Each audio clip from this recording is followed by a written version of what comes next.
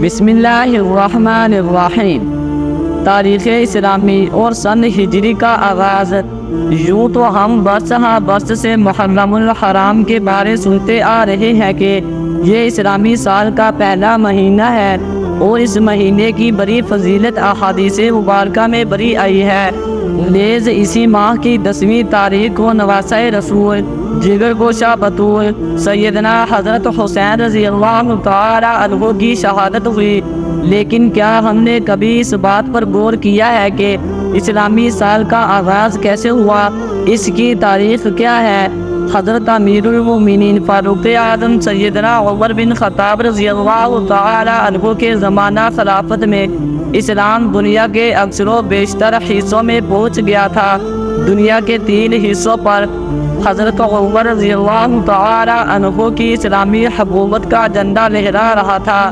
حضرت عمر رضی اللہ تعالی عنہ مدینہ منورہ میں تشریف فرما ہو کر ہر طرف کے حالات کی خیر و خبر خطوط کے ذریعہ دیتے رہتے تھے۔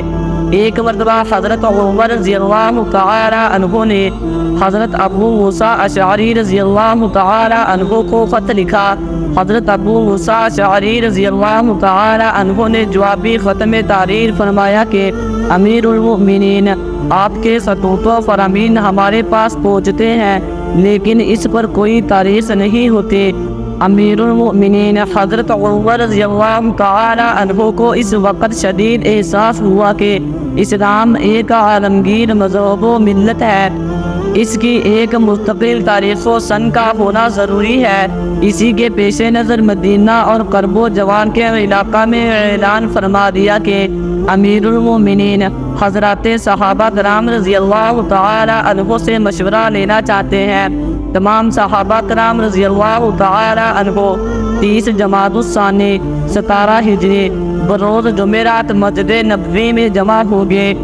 امیر المومنین حضرت عمر رضی اللہ تعالی عنہ نے اسلامی تاریخ و سن کی اہمیت پر ایک عظیم خطبہ دیا۔ اس وقت دنیا میں 4 طرح کی تاریخیں مشہور و معروف تھی۔ نمبر 1 تاریخ قمری، چاند کے حساب سے تاریخ دیکھنا۔ نمبر 2 تاریخ عیسوی، عیسائیوں کی تاریخ جس کو تاریخ شمسی، سورج کے حساب سے تاریخ دیکھنا یعنی موجودہ انگریزی تاریخ۔ نمبر 3 تاریخ عبرانی، یہودیوں کی تاریخ۔ نمبر 4 تاریخ جولیانی۔ حضرت عمر رضی اللہ تعالی عنہ نے فرمایا اسلام ایک عالمگیر مذہب و ملت ہے، اس کے مخاطب جہاں پڑھے لکھے افراد ہیں وہی ان پڑھ عوام بھی ہے، شہر کے رہنے والے بھی، گاؤں اور دیہات کے باسی بھی ہیں۔ بہتر یہی ہے کہ چاند کے حساب کا انتخاب کیا جائے کیونکہ چاند کے اتار چڑھاؤ سے تاریخ کا پہچاننا آسان ہے، بخلاف سورج کے۔ سورج ہر روز ایک ہی حال میں نکلتا ہے۔ اس کے علاوہ خود رسول اکرم صلی اللہ تعالی علیہ وسلم بھی چاند کے حساب کو پسند فرماتے تھے۔ تاریخ و سیر سے ہمیں معلوم ہوتا ہے کہ حضرت آدم علیہ السلام سے لے کر حضرت ابراہیم علیہ السلام کے زمانہ تک چاند سے ہی تاریخ و ایام کی دریافت ہوتی تھی۔ خود حق سبحانہ و تقدس تلاوت شدہ آیت میں چاند کے مہینوں کی تعداد بیان فرما رہے ہیں۔ ان عدت الشہور عند اللہ 12 شہرا فی کتاب اللہ۔ حضرات مفسرین تحریر فرماتے ہیں کہ ان 12 مہینوں سے چاند کے 12 مہینے مراد ہیں۔ یہ بات ازل سے لوح محفوظ میں لکھی جا چکی ہے کہ اللہ کے نزدیک سال میں 12 مہینے ہیں، 12 مہینوں میں ایک سال مکمل ہوتا ہے۔ یوم خلق السماوات والارض، یہ اس دن سے طے ہے جس دن آسمان و زمین پیدا کیے گئے۔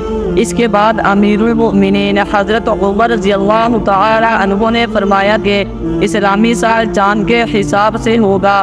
اب بتلائیے اسلامی تاریخ کی ابتدا کہاں سے ہو؟ بعض حضرات صحابہ رضی اللہ تعالی عنہ نے فرمایا کہ حضور اکرم صلی اللہ تعالی علیہ وسلم کی ولادت بسعادت سے شروع ہو۔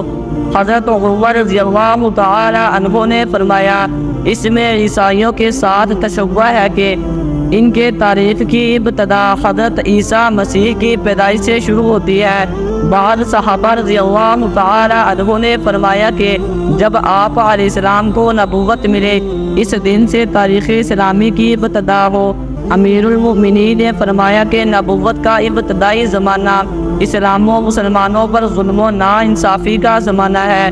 بعض صحابہ رضی اللہ تعالی عنہ نے فرمایا کہ آپ صلی اللہ تعالی علیہ وسلم کی وفات سے شروع ہو۔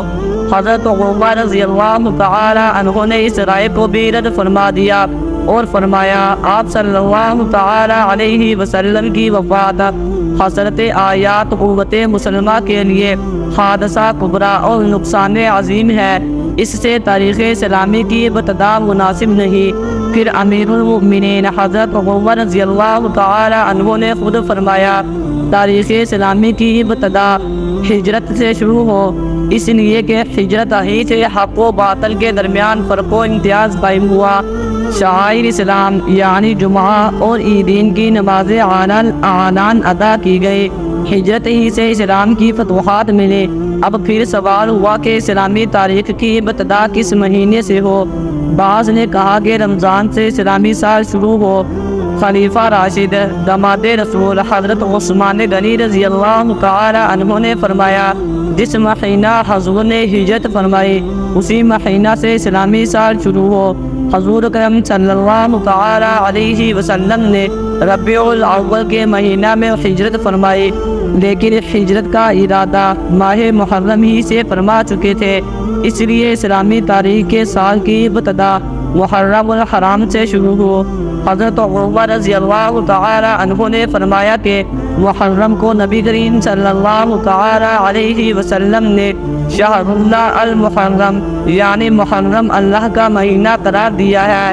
اس مہینہ تک عموماً حجاج کرام حج سے فارغ ہو کر اپنے اپنے وطن واپس لوٹ آتے ہیں، لہٰذا ہر مرد اور مسلمان عورت کو اس کا اہتمام کرنا چاہیے۔ بعض نادان لوگ یہ سمجھتے ہیں کہ اسلامی سال کی ابتدا حضرت امام حسین رضی اللہ تعالی عنہ کی شہادت سے ہوئی، یہ غلط ہے، اس لیے کہ اسلامی تاریخ کی ابتدا 17 ہجری میں حضرت عمر فاروق رضی اللہ تعالی عنہ کے حکم سے ہوئی اور امام حسین رضی اللہ تعالی عنہ کی شہادت 7 ہجری بروز جمعہ 10 محرم زوال کے شروع وقت میں ہوئے۔ یاد رکھیے محرم کی 10ویں تاریخ یعنی عاشوراء کا روزہ حدیث رسول صلی اللہ تعالی علیہ وسلم سے ثابت ہے۔ حضور اکرم صلی اللہ تعالی علیہ وسلم عاشوراء کا ایک روزہ رکھا کرتے تھے۔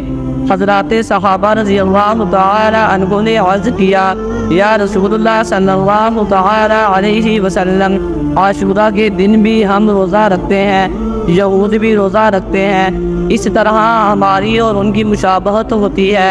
آپ علیہ السلام نے فرمایا انشاءاللہ اگلا سال آئے گا تو ہم 9 تاریخ کو بھی روزہ رکھ لیں گے، بجائے ایک کے 2 روزہ رکھیں گے۔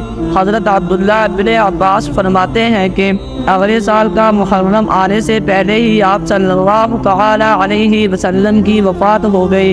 اس حدیث کی بنیاد پر علماء کرام لکھتے ہیں محرم کی 10ویں تاریخ کے روزہ کے ساتھ 9ویں تاریخ کا روزہ رکھ لیں یا پھر 10ویں تاریخ کے ساتھ 11ویں تاریخ کا روزہ رکھ لیں۔